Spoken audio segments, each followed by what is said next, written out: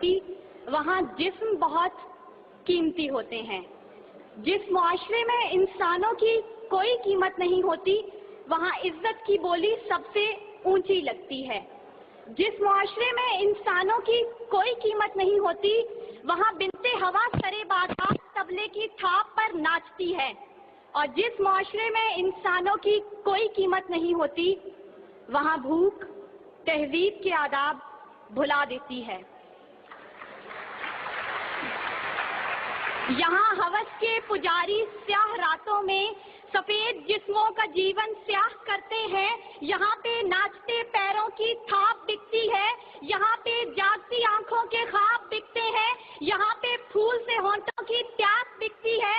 یہاں پہ جسم ہے بکتے شباب بکتے. عالی وقار بھوک 2 وقت کی روٹی کے عوض بنت ہوا کو ابن آدم کی ہوس کا نشانہ بننے پر مجبور کر دیتی ہے. لیکن کہیں کوئی قیامت نہیں اترتی. 14 سالہ بیرا اپنی عصمت لٹانے کے بعد جان سے بھی ہاتھ دھو بیٹھتی ہے. لیکن کہیں کوئی قیامت نہیں اترتی. تھر کی جلتی ریت پر ننگے پاؤں چلنے والی قوم کا صدر اسلام آباد کی سڑکوں پر مرسیڈیز میں سفر کرتا ہے. لیکن کہیں کوئی قیامت نہیں اترتی.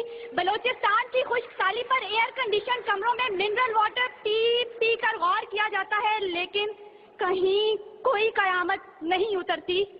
یہ شاہراہیں اسی واسطے بنی تھیں کیا کہ ان پر دیس کی جنتا سسک کر مرے.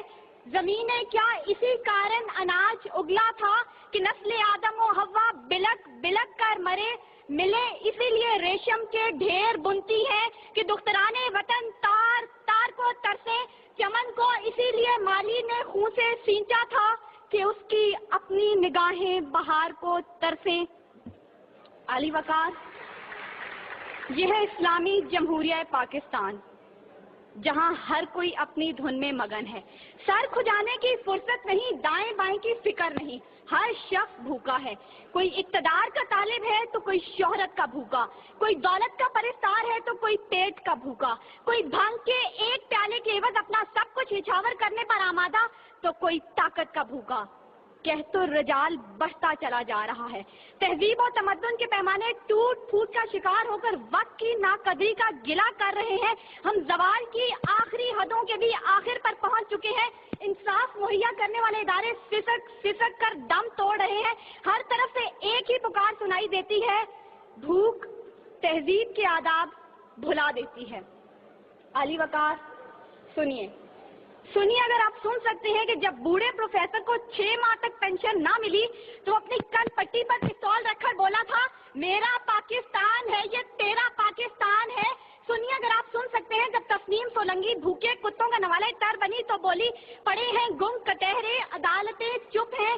سنیے اگر آپ سن سکتے ہیں جب مزدور شام کو خالی ہاتھ گھر لوٹا تو اپنے بچوں سے نظریں چراتے ہوئے بولا, ہے تلخ بہت بندائے مزدور کے اوقات. سنیے اگر آپ سن سکتے ہیں کہ وزیر اعظم کی کھلی کچہری میں خود سوزی کرنے والا شخص بولا تھا, میں بھی پاکستان ہوں تو بھی پاکستان ہے. سنیے اگر آپ سن سکتے ہیں جب جاگیردار کے دستگیر غریب ہاری کی بیٹی کو اٹھا کر لے کے گئے تھے تو وہ بولا تھا, آواز دو انصاف کو, انصاف کہاں ہے. سنیے اگر آپ سن سکتے ہیں کہ ڈما ڈولا کے بے گور و کفن لاشیں چلا چلا کر کہہ رہے ہیں, نوید دو انسان کو کہ انسان مر گیا.